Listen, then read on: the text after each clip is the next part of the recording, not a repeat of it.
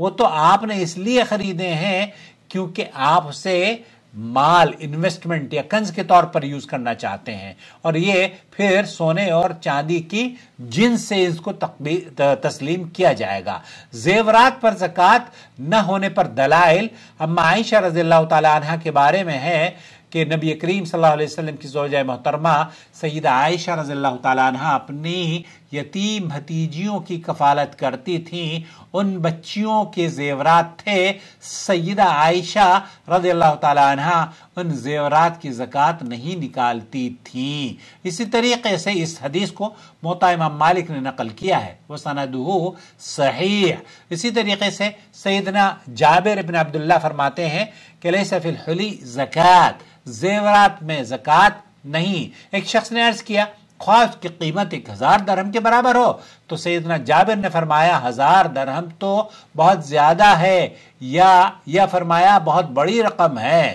اس حدیث کو بھی ابن جوزی نے نقل کیا ہے الاموال میں، اور یہاں سیدنا نافع کا بیان نقل کرتے ہیں، کہتے ہیں کہ سیدنا عبداللہ ابن عمر رضی اللہ تعالی عنہما اس زیور کے متعلق فرمایا کرتے تھے جسے خزانہ پراپرٹی بنا کر رکھا گیا ہو، ہر وہ مال جسے خزانہ یا پراپرٹی بنا کر رکھا ہے اس میں زکوٰۃ ہے، یہاں تک کہ عورت اسے اپنے استعمال میں لے آئے تو اس میں زکوٰۃ نہیں ہے۔ یہ بھی ابن جوزی نے سند صحیح کے ساتھ الاموال لابن زنجویہ میں نقل کیا ہے۔ اسی طریقے سے قاسم بن محمد یہ کہتے ہیں کہ ہمارے اموال سونے چاندی سیدہ عائشہ رضی اللہ تعالیٰ عنہ کے پاس پڑے ہوتے تھے، آپ رضی اللہ تعالیٰ عنہ ان کی زکوٰۃ نکالتی تھیں مگر زیورات کی زکوٰۃ نہیں نکالتی تھی۔ یہ مصنف ابن ابی شیبہ اور سندہ صحیح۔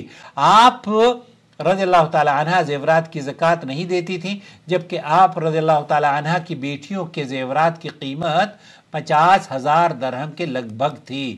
یہ بات کی جا رہی ہے سیدہ اسماء بنت ابی بکر رضی اللہ تعالی عنہ کی، انہا کانت لا تزکی الحلی، آپ زیورات کی زکوٰۃ نہیں نکالا کرتی تھیں۔ اسی طریقے سے عمرہ بنت عبد الرحمن رحم اللہ سے زیورات کی زکوٰۃ کے بارے میں پوچھا گیا تو فرمایا کہ میں نے کسی کو زیورات کی زکوٰۃ نکالتے نہیں دیکھا، میرے پاس بھی ایک ہار تھا جس کی قیمت 1200 درہم تھی، میں نے اس کی بھی کبھی زکوٰۃ نہیں ادا کی۔ تو اس حدیث کو بھی صحیح سند سے مصنف ابن شیبہ میں نقل کیا گیا ہے۔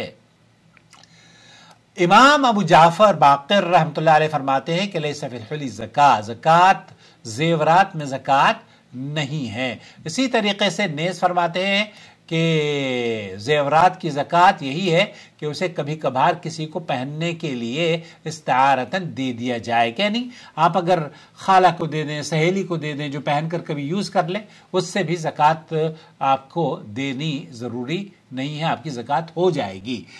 زیورات و زکوٰۃ کے قائلین کے کچھ دلائل جو پیش کیے جاتے ہیں نا، وہ بھی شیخ حفظہ اللہ نے اس اپنے مقالے میں نقل کیے ہیں۔ اس بارے میں کوئی مرفوع روایت ثابت نہیں ہے۔ وہ یہ کہتے ہیں کہ امام شافعی فرماتے ہیں کہ بعض الناس نے زیورات پر زکوٰۃ کے حوالے سے ضعیف روایات نقل کی ہیں۔ یہ معرفت السنن والآثار للبیہقی میں اس قول کو نقل کیا گیا ہے۔ امام ترمذی رحمۃ اللہ علیہ فرماتے ہیں لا یصح فی هذا الباب عن النبی صلی اللہ علیہ وسلم شیء، اس مسئلے میں نبی کریم صلی اللہ علیہ وسلم سے کچھ ثابت نہیں۔ سنن ترمذی رقم 637 پر سیدنا عبداللہ ابن عمر رضی اللہ تعالیٰ عنہ سے مروی ہے کہ ایک عورت رسول اکرم صلی اللہ علیہ وسلم کی خدمت میں حاضر ہوئی، اس کے ساتھ اس کی بیٹی تھی جس کے ہاتھ میں 2 بھاری سونے کے کنگن تھے، جو حدیث بڑی مشہور ہے۔ آپ علیہ السلام نے ان سے پوچھا کہ آپ اس کی زکوٰۃ ادا کرتی ہیں؟ کہنے لگی نہیں۔ فرمایا کہ آپ پسند کرتی ہیں کہ اللہ تعالیٰ آپ کو ان 2 کنگنوں کے بدلے آگ کے 2 کنگن پہنائے؟ چنانچہ اس نے دونوں کنگن اتارے اور نبی کریم صلی اللہ علیہ وسلم کی خدمت میں پیش کر دیے اور کہا یہ اللہ عز و جل اور اس کے رسول کے لیے وقف ہیں۔ یہ سنن ابو داؤد اور سنن نسائی کی حدیث ہے۔ یہ روایت موصول اور مرسل دونوں طرح مروی ہے. اس کے مرسل ہونا ہی راجح ہے جیسے کہ اہل علم نے صراحت کی ہے. امام نسائی رحمۃ اللہ علیہ فرماتے ہیں حدیث المعتمر اولا بالصواب،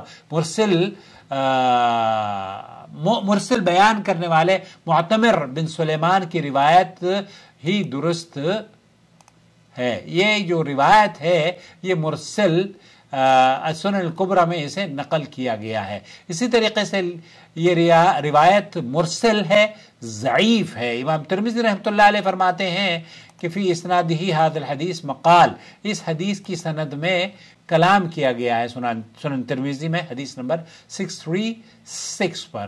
امام ابو عبید قاسم بن سلام رحمہ اللہ فرماتے ہیں کہ اس روایت پر پہلے اور بعد والے اہل علم نے کلام کیا ہے، وہی دکنگن والی حدیث پیش کی جاتی ہے. اسی طریقے سے سیدہ عائشہ رضی اللہ تعالیٰ عنہ سے بھی ایک حدیث مروی ہے، کہتے ہیں کہ رسول اکرم صلی اللہ علیہ وسلم دخل علی رسول اللہ صلی اللہ علیہ وسلم، رسول اکرم صلی اللہ علیہ وسلم تشریف لائے، آپ صلی اللہ علیہ وسلم نے میرے ہاتھ میں چاندی کے چھلے دیکھے، فرمایا عائشہ یہ کیا ہے؟ عرض کیا اللہ کے رسول انہیں میں نے اس لیے بنوایا ہے تاکہ آپ کے لیے زیب و زینت اختیار کروں. فرمایا کیا ان کی زکوٰۃ ادا کرتی ہو؟ عرض کیا نہیں، یا اس سے ملتا جلتا جواب دیا. تو آپ علیہ الصلوۃ والسلام نے فرمایا کہ کیا آپ کو جہنم لے جانے کو یہی کافی ہے. اس حدیث کو سنن ابو داؤد میں نقل کیا ہے، لیکن یہ روایت یحییٰ بن ایوب غافقی کا وہم و اضطراب ہے. یحییٰ ابن ایوب کے حافظے میں کمزوری ہے، اس بنا پر اس کی بعض روایات مضطرب ہیں. یہ روایت بھی انہی میں سے ہے. خاص کر کے اس روایت میں چاندی کا ذکر اسے غیر محفوظ بنا دیتا ہے. سیدہ عائشہ کا مذہب یہ ہے کہ مستعمل زیورات پر زکوٰۃ نہیں ہے. اسی طریقے سے امام بیہقی رحمۃ اللہ فرماتے ہیں کہ یہ سند، امام بیہقی فرماتے ہیں ھذا اسناد حسن، یہ سند حسن ہے. امام بیہقی کی مراد یہ ہے کہ سند بظاہر حسن ہے، جبکہ خود امام بیہقی رحمۃ اللہ علیہ نے اس روایت کے وہم ہونے کی طرف اشارہ کیا ہے. سیدہ عائشہ فرماتی ہیں کہ زیورات کی زکوٰۃ ادا کر دی جائے تو زیورات پہننے میں کوئی حرج نہیں. سیدہ عائشہ کے اس قول میں زکوٰۃ سے مراد رعایت اس کو عاریتاً زیورات دینا ہے، نہ کہ فرض زکوٰۃ نکالنا ہے. یہ بھی ممکن ہے کہ سیدہ عائشہ رضی اللہ تعالیٰ عنہ نے اپنے اس قول سے رجوع کر لیا ہو. امام ابو عبید قاسم ابن سلام رحمۃ اللہ علیہ یہ فرماتے ہیں کہ میرے نزدیک اس قول کی صرف یہی توجیہ بنتی ہے کہ یہاں زکوٰۃ سے مراد اپنے زیورات کسی کو عاریتاً دینا ہے، یعنی کہ کسی کو آپ پہننے کے لیے دے دیں تو وہ زکوٰۃ کے برابر عمل ہے. کیونکہ قاسم بن محمد رحمۃ اللہ علیہ نے سیدہ عائشہ رضی اللہ تعالیٰ عنہ کے بارے میں اس چیز کا انکار کیا کہ انہوں نے اپنے خاندان کی عورتوں یا بھتیجیوں میں سے کسی کو بھی زیورات کی زکوٰۃ ادا کرنے کا حکم دیا ہو. ہمارے مطابق کسی ایک بھی صحابی سے زیورات کی زکوٰۃ ادا کرنا ثابت نہیں سوائے عبداللہ بن مسعود کے، اور یہ روایت بھی ثابت نہیں جیسا کہ اگلی سطور میں آپ پڑھیں گے. شیخ حفظہ اللہ یہ بھی فرماتے ہیں کہ سیدنا عبداللہ بن مسعود کا قول مصنف عبد الرزاق میں مروی ہے، اس کی سند ضعیف ہے. نمبر 1 ابراہیم نخعی مدلس ہیں، اور ان کا سیدنا عبداللہ ابن مسعود رضی اللہ عنہ سے سماع نہیں ہے. نمبر 2 حماد ابن ابی سلمہ نیز حافظے میں ان کے کلام کیا گیا ہے اور یہ بھی مدلس ہیں. اسی طریقے سے نمبر 3 عبد الرزاق ابن حمام کا عنہ ہے. معلوم ہوا کہ صحابہ میں سے کوئی بھی زیورات پر زکوٰۃ کا قائل نہیں ہے. تنبیہ، یہاں شیخ حفظہ اللہ فرماتے ہیں کہ سیدہ زینب زوجہ عبداللہ ابن مسعود رضی اللہ تعالی عنہ بیان کرتی ہیں کہ رسول اکرم صلی اللہ علیہ وسلم نے فرمایا صدقہ کریں اور اپنے زیورات سے ہی صدقہ کریں. یہ بھی حدیث پیش کی جاتی ہے. تو ظاہرتاً اس حدیث کا ظاہر یہی ہے کہ زیورات میں زکوٰۃ نہیں، کیونکہ نبی کریم صلی اللہ علیہ وسلم نے عورتوں سے فرمایا صدقہ کریں، خواہ اپنے زیورات سے ہی ہو۔ اگر زیورات پر زکوٰۃ واجب ہوتی تو انہیں نفلی صدقہ کرنے پر بطور مثال پیش نہ کیا جاتا۔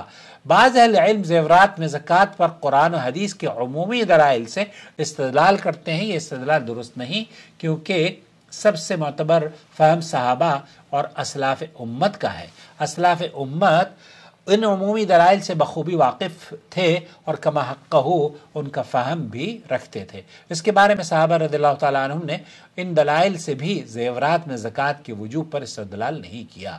خلاصہ تحقیق جو شیخ حفظ اللہ فرماتے ہیں وہ یہ کہ اگر زیورات پہنے جائیں اور ان سے فائدہ اٹھایا جائے، خواہ کبھی کبھار ہی کیوں نہ ہو، تو ان میں زکوٰۃ نہیں ہے، اور اگر زیورات کو بالکل بھی نہ پہنا جائے اور نہ اس سے فائدہ اٹھایا جائے بلکہ صرف خزانہ بنا کر رکھا جائے تو ان میں زکوٰۃ ہے، بشرطے کہ ان میں موجود خالص سونے چاندی کے مقدار اپنے نصاب کو پہنچ جائے۔ امام مالک رحمۃ اللہ علیہ فرماتے ہیں کہ جس کے پاس سونے چاندی کا ڈلی یا سونے چاندی کا ایک ایسا زیور ہو جسے بالکل بھی پہن کر فائدہ نہیں اٹھایا جاتا تو اس کی ہر سال زکوٰۃ ادا کی جائے گی، اس کا وزن کیا جائے گا اور 40واں حصہ نکال کر دیا جائے گا، الا یہ کہ اس کا خالص وزن 20 دینار یا 100 درہم سے کم ہو۔ اگر یہ وزن نصاب سے کم ہو تو اس میں زکوٰۃ نہیں۔ یاد رہے کہ زیورات پر زکوٰۃ اس صورت میں ہے جب اسے پہننے کے لیے نہ بنایا گیا ہو، یعنی کہ زیورات پر زکوٰۃ اس صورت میں ہے جب کہ وہ پہننے کے لیے نہ بنائے گئے ہوں۔ سونے چاندی کی وہ ڈلی یا وہ جو بڑا حصہ ہوتا ہے ٹوٹا، زیور جیسے بعد میں مرمت کروانے کا ارادہ رکھتے ہوں اور انہیں پہننے کی نیت ہو تو اس کا حکم گھر کے سامان کا ہے، لہذا اس قسم کے زیورات پر زکوٰۃ نہیں ہے۔ موطا امام مالک میں حدیث 250 پر اسے جلد نمبر 1 میں نقل کیا گیا ہے۔